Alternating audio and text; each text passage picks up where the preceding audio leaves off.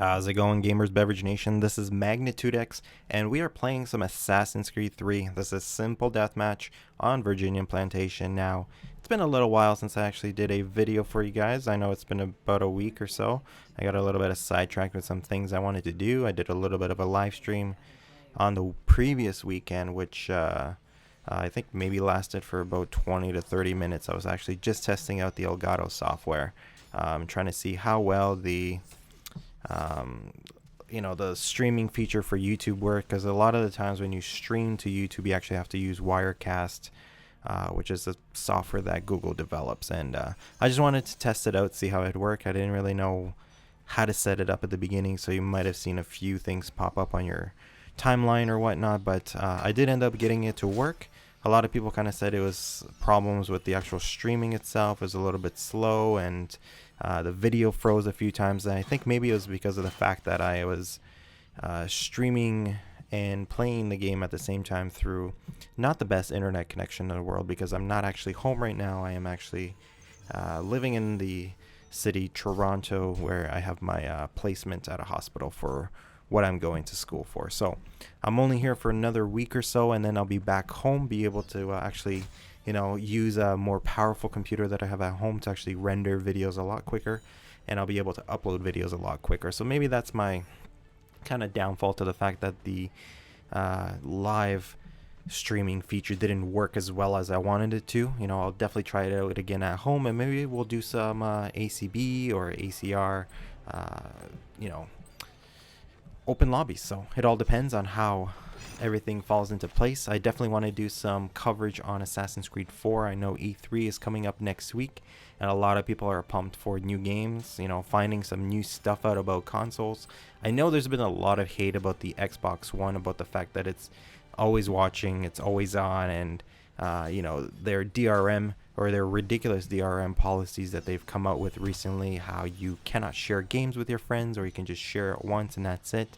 So I'm really unclear on a lot of the information that's going on about this console. It hasn't been formally or fully released. There's a lot of misinformation everywhere. Everybody's releasing information. Everybody that has a decent news site is releasing different information and different things about each console. So it's really hard to kind of get a grasp on what's going on.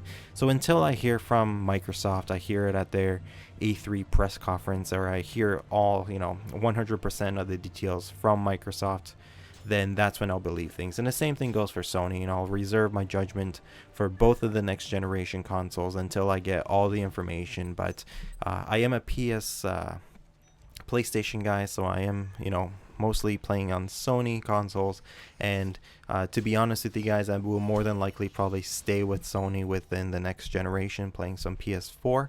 And I would definitely love to get a couple of next gen titles like Assassin's Creed 4 for PS4, get some Watch Dogs for PS4 if it comes out. I'm really excited for those next gen consoles. And of course, I have a Nintendo Wii U also, and I'm a hardcore Zelda fan.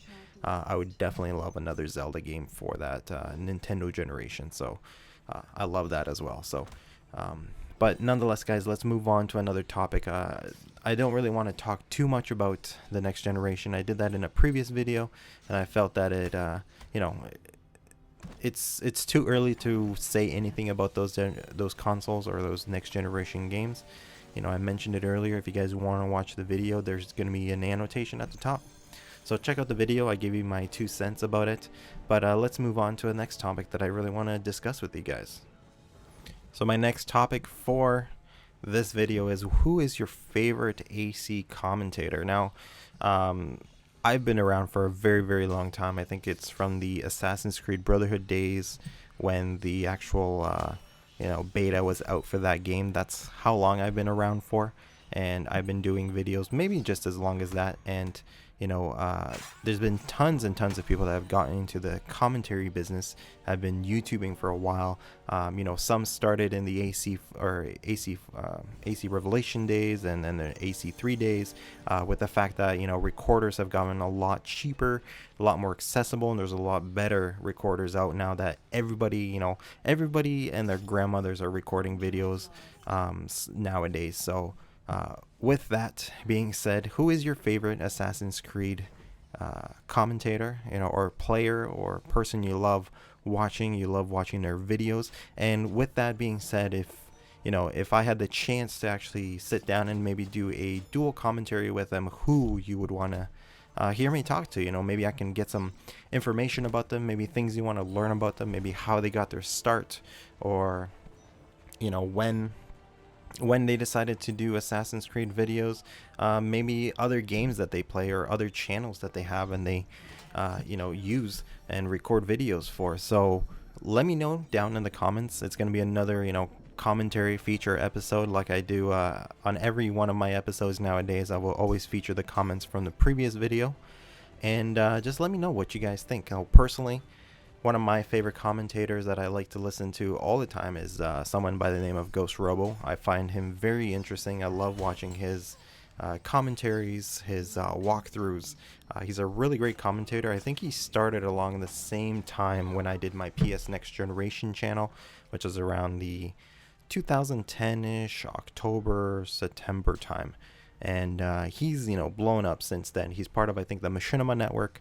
He does a lot of great walkthrough videos for a whole bunch of games that come out, and he never kind of discriminates just by going for games that are just recently released. He does majority of the games that just come out.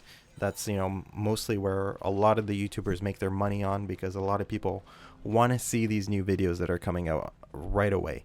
And he does do that. He does follow the embargoes that are set out by all these companies to a T, and that's one of the things that I respect about a lot of the YouTubers that I like to watch, because the worst thing is when a YouTuber gets a hold of a game early on, so maybe a week or two before a release, and then proceeds to record the game and release the videos for that specific game early on. And that's the thing that kind of drives me crazy the most, because they're going against the company's embargo, and it's only a matter of time before companies look at this and just say altogether, this is kind of enough, and we're no longer going to be supporting YouTubers and people recording videos online, and we're simply just going to resort to blocking all types of gameplay and monetizing it as our own, kind of like Nintendo did with all of their content, all of their first party titles.